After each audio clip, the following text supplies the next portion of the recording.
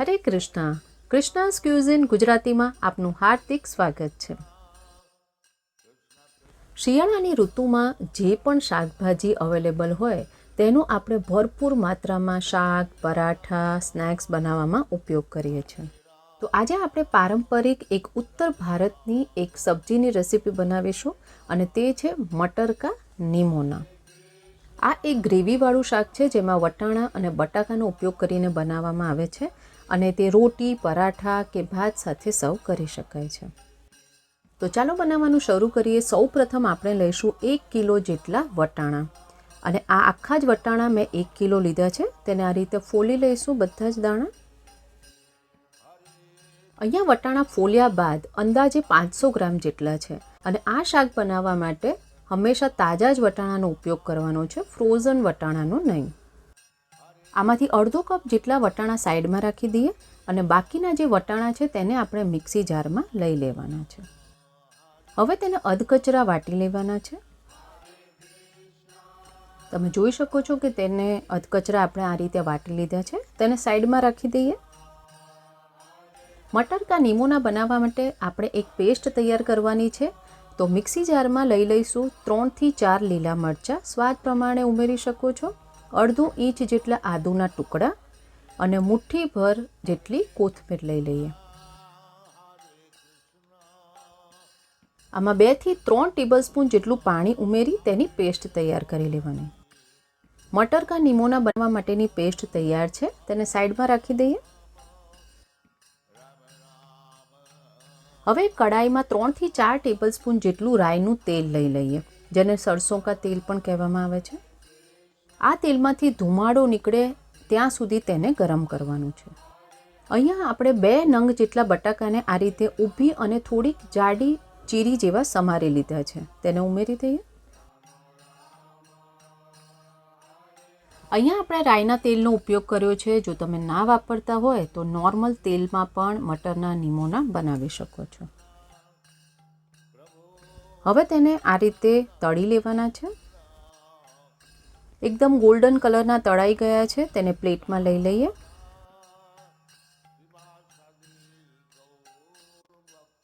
હવે એ જ તેલમાં આપણે જે વટાણાને ક્રશ કર્યા હતા તે બધા જ તેમાં ઉમેરી દઈએ. હવે મિક્સ કરી લઈએ. જો તમને આ બધી જ પ્રસાદની રેસિપીઝ ઇંગ્લિશ અથવા તો હિન્દીમાં જોવા માંગતા હોય તો બંને ચેનલની લિંક અમે ડિસ્ક્રિપ્શન બોક્સમાં આપેલ છે, ત્યાં તમે ચેક કરી શકો છો.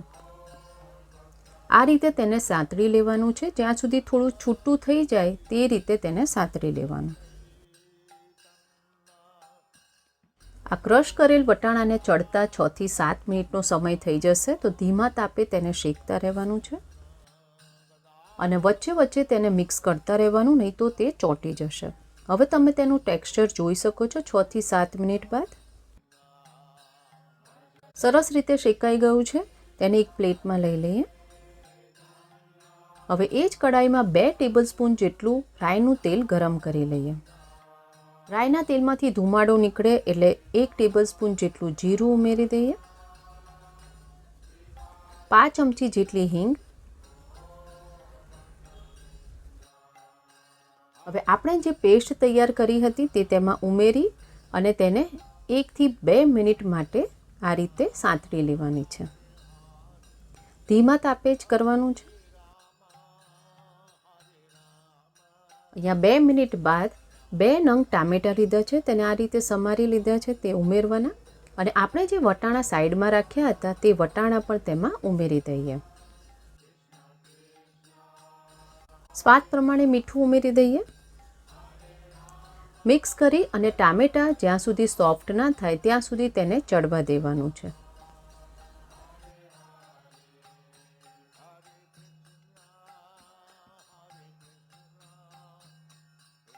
અહીંયા 3 થી 4 મિનિટ થઈ ગઈ છે અને ટામેટા સરસ રીતે સતળાઈ ગયા છે. હવે તેમાં અડધી ચમચી જેટલી હળદર, 1 ચમચી જેટલું લાલ મરચું ઉમેરી બધું મિક્સ કરી લઈએ.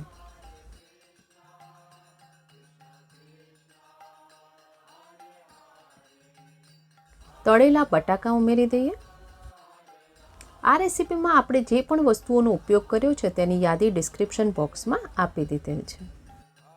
હવે વટાણા સાંતળીને રાખ્યા હતા તે ઉમેરી દઈએ. બધું જ હલકે હાથે મિક્સ કરી લેવાનું છે.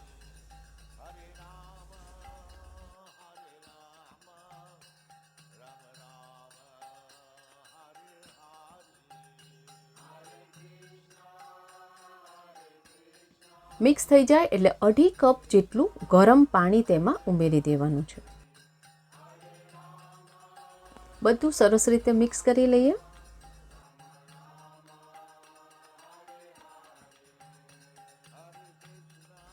આમાં તમે આ મટર કા નિમોના શેની સાથે સર્વ કરી રહ્યા છો તેના ઉપર તેની કન્સિસ્ટન્સી ડિપેન્ડ કરે છે. તો અહીંયા આ કન્સિસ્ટન્સી બિલકુલ પરફેક્ટ છે. ઢાંકીને તેને 6 થી 7 મિનિટ માટે ઉકળવા દઈએ. અહીંયા 6 થી 7 મિનિટ થઈ ગઈ છે. અડધી ચમચી જેટલો ગરમ મસાલો ઉમેરી દઈએ અને મિક્સ કરી લઈએ. આ સાથે જ આપણું ઉત્તર ભારતની ખૂબ જ પ્રખ્યાત એવું શાક મટર કા નિમોના બિલકુલ તૈયાર છે. સ્ટવ બંધ કરી દઈએ. અહીંયા ગરમા ગરમ ભાત સાથે તેને સર્વ કરી રહી છું. તમે રોટી પરાઠા સાથે પણ તેને સર્વ કરી શકો છો. તુલસી પત્ર પધરાવીને ઠાકોરજીને ભોગ અર્પણ કરીએ. ઠાકોરજીને ભોગ લગાવી દીધેલ છે. જો તમને આવી પ્રસાદની રેસિપીઝ પસંદ આવતી હોય તો લાઇક શેર સબસ્ક્રાઇબ કરો અને બાજુમાં આપેલ બેલ આઇકોન પર ક્લિક કરો જેથી પ્રસાદની રેસિપીઝ તમને મળતી રહે. આવો સાથે મળીને જપીએ હરે કૃષ્ણ કૃષ્ણ કૃષ્ણ હરે હરે, હરે રામ રામ રામ હરે હરે.